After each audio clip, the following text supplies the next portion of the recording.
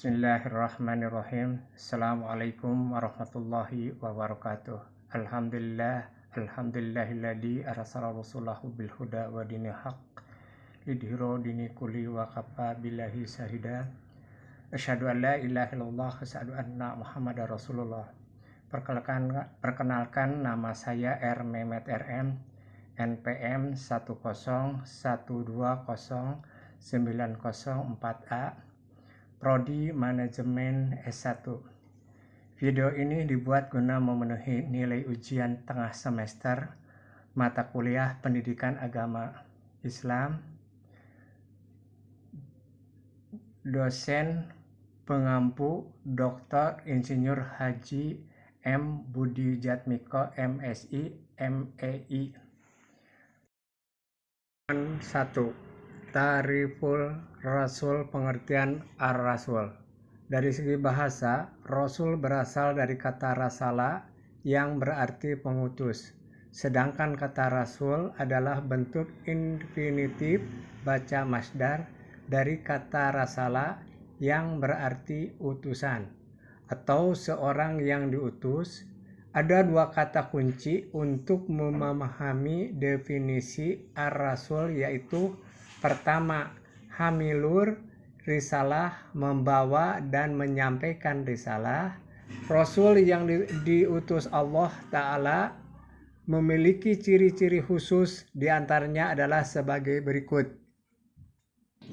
Pertama, memiliki as-sifatul asasiyah, sifat-sifat asasiyah, yakni sifat-sifat dasar yang layak baginya. Misalnya, sifat sidik, jujur, amanah, terpercaya, tabligh, menyampaikan, dan fatonah, cerdas. Sifat ini layak dimiliki oleh setiap Rasul yang mengemban atau membawa risalah dari Allah Ta'ala. Kedua, memiliki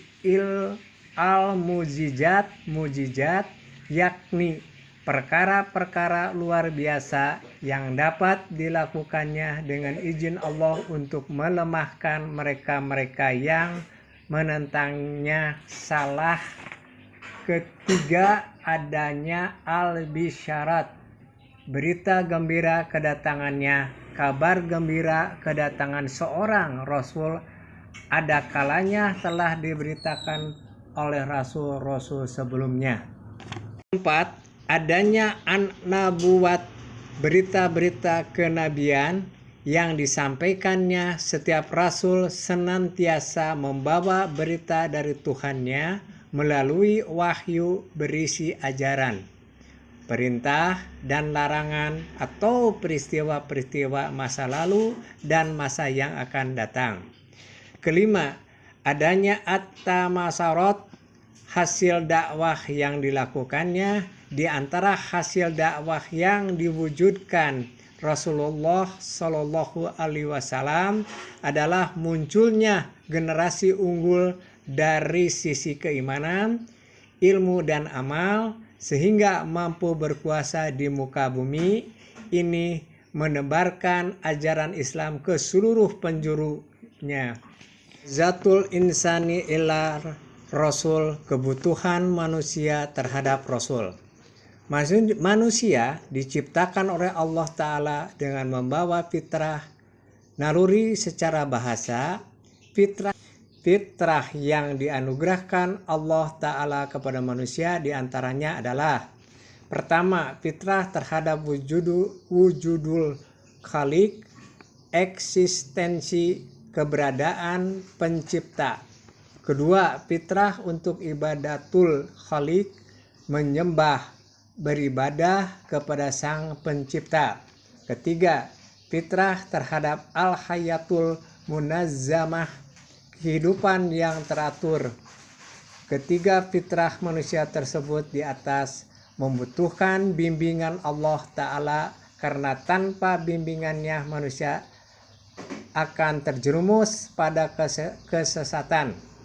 Oleh karena itu, dengan kasih sayangnya Allah Ta'ala telah mengutus para rasul untuk memberikan petunjuk yang benar agar mereka ma'rifatul khaliq, mengenal penciptanya. Pertemuan 3. Tarif Rasul, pengertian Rasul. Rasul adalah lelaki pilihan dan yang diutus oleh Allah dengan risalah kepada manusia. Rasul merupakan yang terbaik di antara manusia lainnya, sehingga apa yang dibawa, dikatakan dan dilakukan adalah sesuatu yang terpilih dan mulia dibandingkan dengan manusia lain. 4. Makanatur Rasul, kedudukan Rasul. Muhammad Sallallahu Alaihi Wasallam memiliki kedudukan yang istimewa bagi umat Islam. Namun kedudukan beliau yang istimewa itu tidak disikapi oleh umat Islam dengan sifat glow berlebihan sebagaimana sikap kaum Nasrani yang mempertuhankan Nabi Isa alaihi salam. Umat Islam memposisikan Rasulullah Shallallahu Alaihi Wasallam secara proporsional sebagaimana diajarkan sendiri oleh beliau dari Ubaidillah bin Abdillah dari Ibnu Abbas.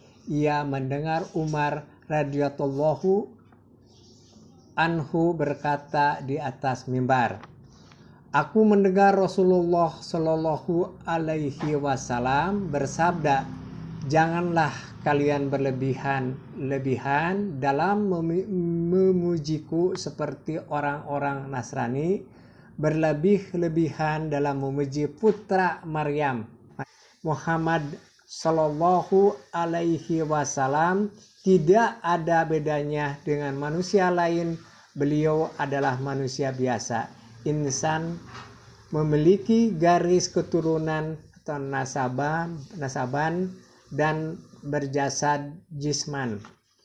Oleh karena itu, sebagaimana manusia biasa, Rasulullah Sallallahu Alaihi Wasallam melakukan aktivitas makan, minum, pergi ke pasar, beristri, berniaga, segala aktivitas manusia lainnya. Untuk mengetahui Nabi Shallallahu Alaihi Wasallam sebagai hamba atau manusia biasa, dapat kita ketahui secara pasti dari As-Siratun Nabawiyah, perjalanan hidup Nabi, khususnya di dalam fiqhus sirah, kejadian tentang perjalanan hidup beliau. Sedangkan sebagai Rasulun minal mursalin, Muhammad Sallallahu Alaihi Wasallam memiliki tugas untuk balagor risalah, menyampaikan risalah sebagai bentuk adaul amanah, penunaian amanah. Beliau pun bertugas menjadi imamul ummah, pemimpin umat. Hal ini menjadi salah satu bukti kebenaran firman Allah Ta'ala yang menyebutkan bahwa keturunan Ibrahim alaihi salam akan menjadikan pemimpin-pemimpin yang membimbing di atas jalan kebenaran. Pertemuan terakhir, sifatur Rasul, sifat-sifat Rasul.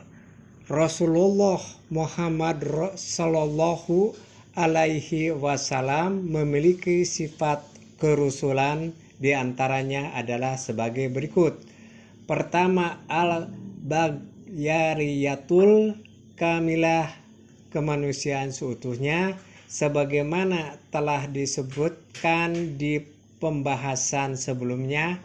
Rasulullah Shallallahu Alaihi Wasallam adalah manusia biasa seperti manusia yang lainnya.